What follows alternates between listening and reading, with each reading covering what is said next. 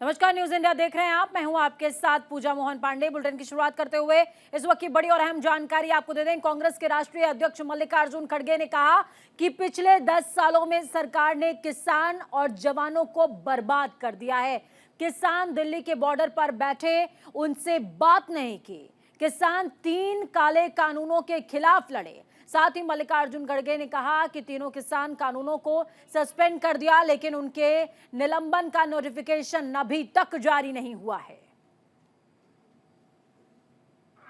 ये जब तक ये उस वक्त आंदोलन को समर्थ करने के लिए उन्होंने कानून को 3 काले कानून को सस्पेंड किया, लेकिन उसका नोटिफिकेशन कहाँ है कि हमने ये रद्द कर दिया, ये 3 कानून हमने कैंसिल कर दिया, ये अभी तक बाहर नहीं आया। ये मोदी की चाल है। ये हमेशा दिखाते हैं, जैसे हाथी के दांत दिखाने के एक होते हैं और खाने के एक होते हैं, वैसा ही इनका है। जो हमारे किसान और जवान इस देश के रीढ़ की हड्डी थे और उनको तोड़ने का काम उन्होंने किया है। मैं पंजाब के किसानों को बधाई देता हूं। वो फिर से अपने हकूक के लिए लड़ने के लिए फिर दिल्ली पहुंचे हैं और वो आंदोलन कर रहे हैं। उनके आंदोलन के साथ सारे कांग्रेस पार्टी के लोग जुड़े रहेंगे। केजरीवाल का बड़ा ऐलान इस बीच सामने आया है। दिल्ली में अकेले चुनाव लड़ेगी आम आदमी पार्टी। दिल्ली की 7 लोकसभा सीटों पर किया है जीत का दावा। इस वक्त की बड़ी अपडेट आपको दे रहे हैं। केजरीवाल का बड़ा ऐलान सामने आया है। दिल्ली में अकेले चुनाव लड़ेगी आम आदमी पार्टी। दिल्ली की 7 लोकसभा सीटों पर जीत का दावा भी किया है। दिल्ली के सीएम अरविंद केजरीवाल ने बड़ा ऐलान किया है। आपको बता दें, इससे पहले केजरीवाल ने इस बात की घोषणा करी थी कि पंजाब की सभी सीटों पर अकेले ही आम आदमी पार्टी चुनाव लड़ने वाली है। और इसके बाद अब दिल्ली के लिए भी उन्होंने साफ कहा है कि सभी 7 सीटों पर आम आदमी पार्टी अकेले चुनाव लड़ने जा रही है।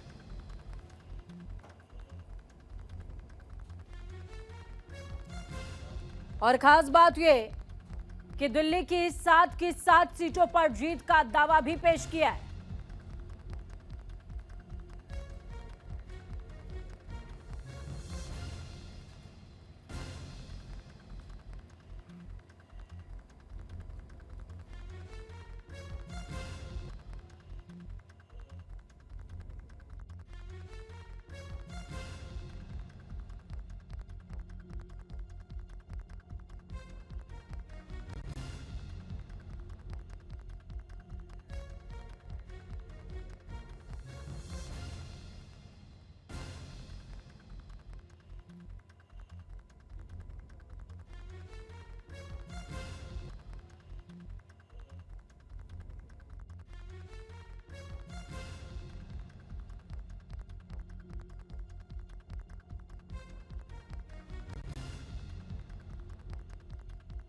सीटों पर जीत का दावा पेश किया अरविंद केजरीवाल ने। केजरीवाल का बड़ा ऐलान इस बीच सामने आया है। दिल्ली में अकेले चुनाव लड़ेगी आम आदमी पार्टी। दिल्ली की 7 लोकसभा सीटों पर चुनाव लड़ने का ऐलान किया है।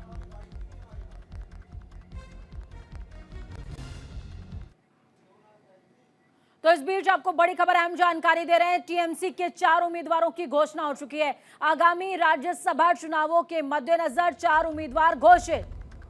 सागरिका घोष, सुष्मिता देव, नदीमुल हक, ममता बाला ठाकुर, ये 4 वो कैंडिडेट्स हैं जिनकी घोषणा टीएमसी की तरफ से की गई है। आगामी राज्यसभा चुनावों के मद्देनजर टीएमसी के 4 उम्मीदवार घोषित, जिनमें 4 नाम सागरिका घोष, सुष्मिता देव, नदीमुल हक और ममता बाला। तो राज्यसभा के प्रत्याशियों में समाज के सभी वर्ग के समायोजन की कोशिश टीएमसी की तरफ से की गई है।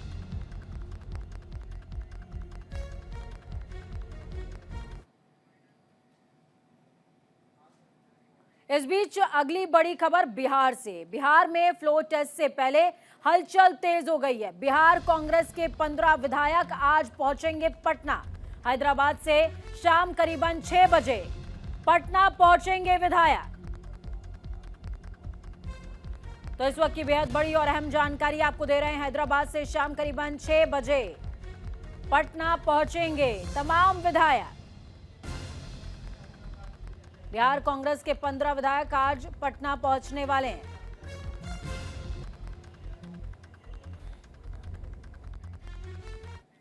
इस बीच केसी त्यागी क्या कुछ कह रहे हैं, सुनिए।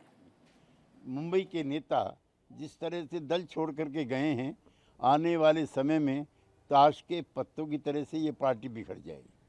दूसरा, कल के अंतिम दिन प्रधानमंत्री मोदी ने भारतीय लोकतंत्र की मजबूती की बात कही। काम के तौर पर महिला बिल पास कराना, 370 हटाना और राम मंदिर पर भी चर्चा हुआ। क्या इस भाषण के बाद अगले चुनाव की ओर इशारा सीधे प्रधानमंत्री? जहां इंडिया गठबंधन का कोई ना कोई साथी रोज रास्ता बदल रहा है, वहीं कल प्रधानमंत्री ने अपने वक्तव्य में एक विकसित भारत के लिए भी आधारशिला रखने का काम किया और 2024 के मुद्दे भी स्पष्ट किए, जिनसे साफ जाहिर है कि 2024 की विजय की भी आधारशिला रखी जा चुकी है। जाति और जहां पहली बार भारतीय राजनीति में मुख्य चर्चा का विषय है, अमित शाह ने कहा कि ये ताज्जुब की बात है कि प्रधानमंत्री की जाति पूछी जा रही है, लेकिन राहुल गांधी की समझ छोटी है, कम है। ओबीसी कोई जाति नहीं है, ओबीसी एक समूह का नाम है।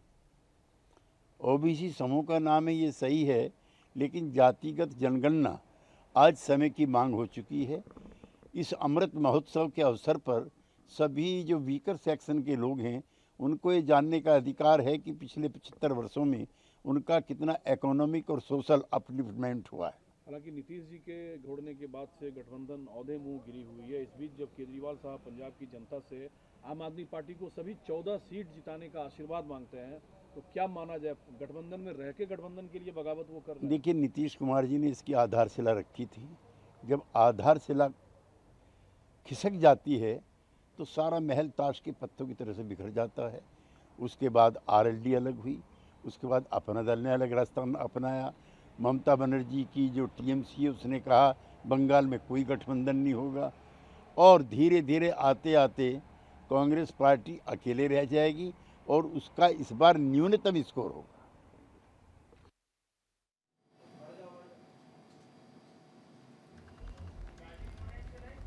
तो फ्लोर टेस्ट से पहले आरजेडी सांसद मनोज का बड़ा बयान, पहले स्पीकर को हटाकर दिखाएं।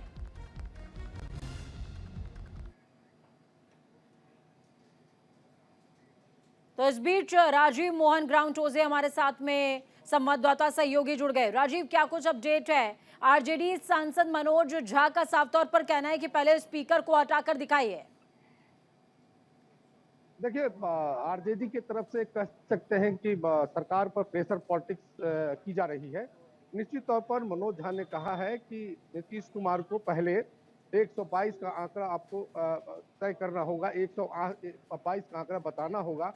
उनके कहने का मतलब ये है कि सरकार के पास उतने आंकड़े नहीं हैं जितने उनको बहुमत के लिए चाहिए। ये उनका ये कहना है कि उनका जो बहुमत है वो खिसक चुका है। तो ये कह सकते हैं कि मनोज झा का एक अपना दावा है। उन्होंने इसको लेकर ये भी कहा है कि कानून के जानकारों से सलाह लेने चाहिए, और उन्होंने ये भी कहा कि सरकार के जो सलाहकार हैं उनको ये देखना चाहिए, और किसी भी सूरत में जो विधानसभा के अध्यक्ष को के खिलाफ जो अविश्वास प्रस्ताव लाया गया है वो उसमें जो है जब तक 122 का आंकड़ा नहीं होगा तो उन्हें हटाया नहीं जा सकता। ये उनके अपने दावे हैं, लेकिन इस दावे के अलग हटकर ये कहें कि जो एनडीए की सरकार है वो पूरी तरह से आश्वस्त है। उनका कहना है कि आरजेडी चाहे जो कुछ भी कहे, लेकिन जो उन आंकड़े हैं उनके पक्ष में है। उनका कहना है कि उनके पास 128 का आंकड़ा है, जिसमें भारतीय जनता पार्टी, जनता दल यूनाइटेड, हम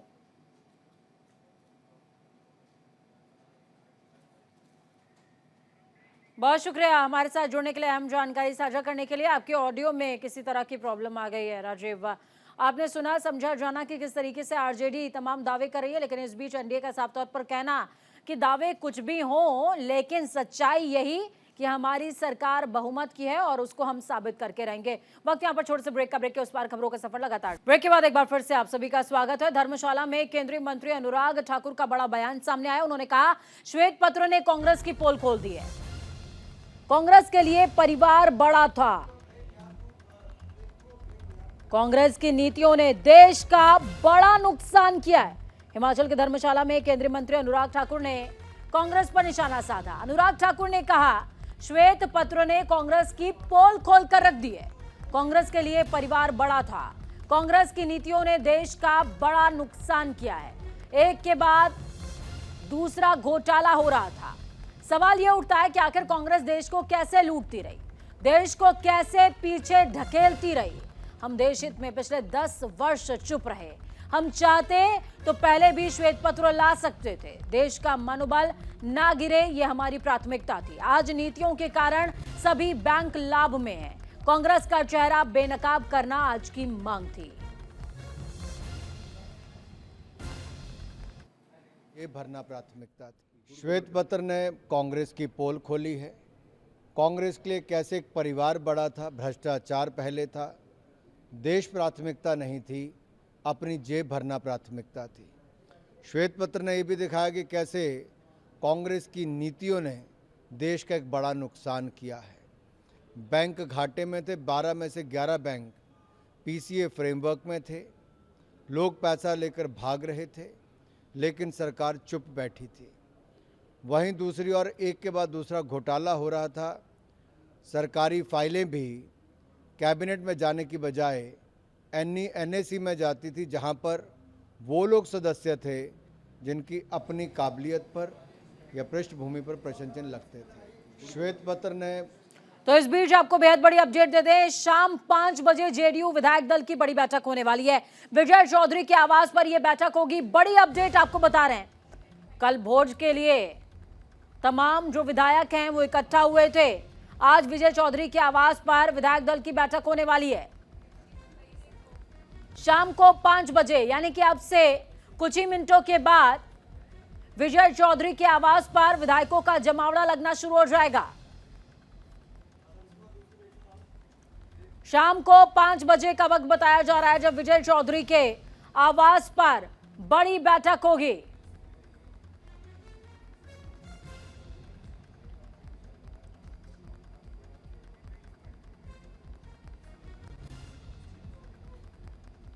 तो आरजेडी ने विधायकों को व्हिप जारी किया है। इस वक्त की बेहद बड़ी खबर, आरजेडी ने विधायकों को जारी किया है व्हिप, फ्लोर टेस्ट से पहले जारी किया है व्हिप।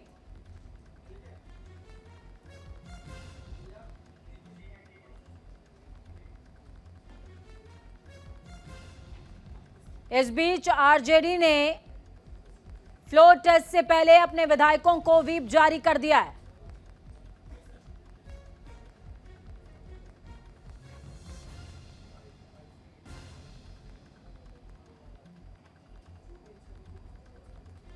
तो बिहार में लगातार सियासी डेवलपमेंट देखने को मिल रहा है। एक तरफ विजय चौधरी के आवास पर विधायक दल की बैठक, दूसरी तरफ आरजेडी ने व्हिप जारी कर दिया है।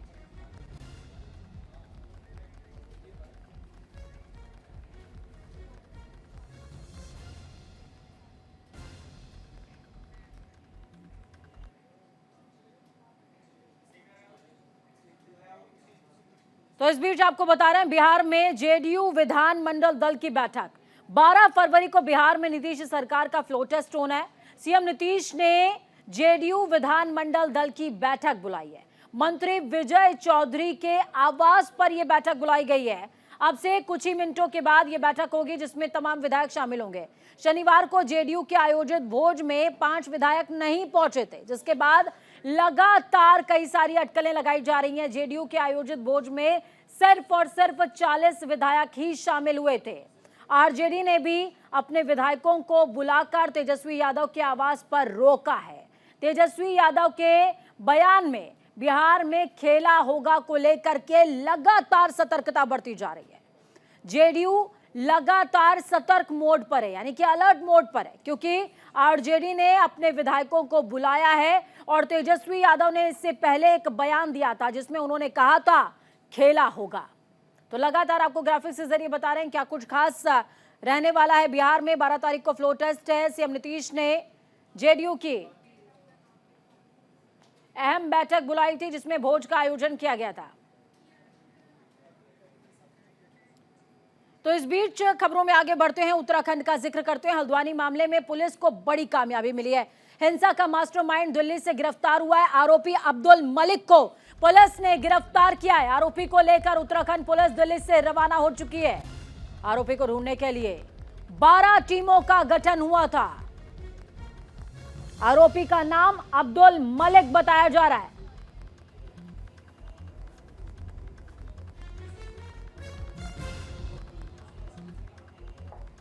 आरोपी को लेकर उत्तराखंड पुलिस दिल्ली से रवाना।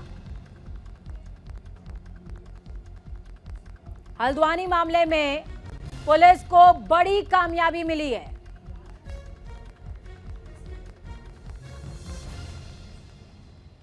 अब्दुल मलिक को पुलिस ने गिरफ्तार किया है। आपको बता दें कि हल्द्वानी में अवैध अतिक्रमण यानी कि इंक्रोचमेंट को हटाने के लिए प्रशासन की गाड़ियां और प्रशासन के तमाम जो सीपीएसएल आ रहे वो पहुंचे हुए थे। इस बीच विरोध का सामना उनको करना पड़ा।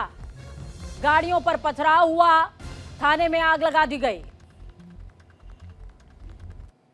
और पुलिस का एग्जीक्यूशन है, उसके लिए हम लोगों ने एक प्रॉपर प्लानिंग की थी, प्रॉपर एक डिप्लॉयमेंट प्लान तैयार किया गया था, प्रॉपर फोर्स की ब्रीफिंग की गई थी और नैनीताल जनपद की और उत्तराखंड पुलिस की जो उपलब्धता है उसको देखते हुए हम लोगों ने एक अच्छा खासा फोर्स जो है डिप्लॉय किया था।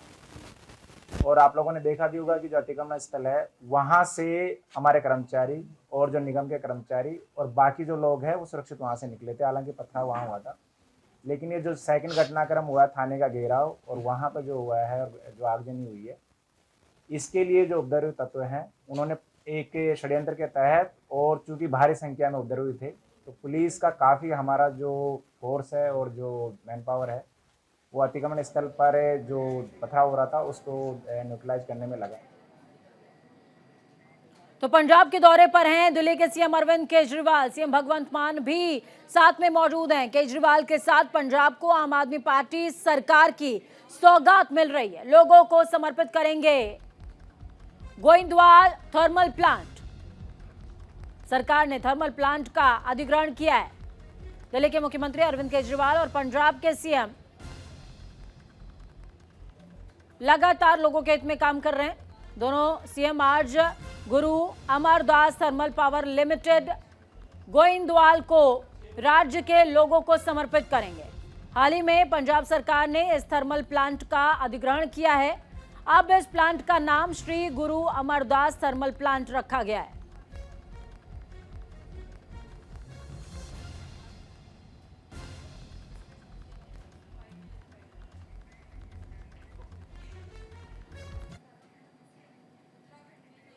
तो इस बुलेटिन में वक्त छोटे से ब्रेक का ब्रेक के उस पार खबरों का सफर लगातार जारी रहेगा। बने रहिए न्यूज इंडिया के साथ, क्योंकि हम हैं राष्ट्र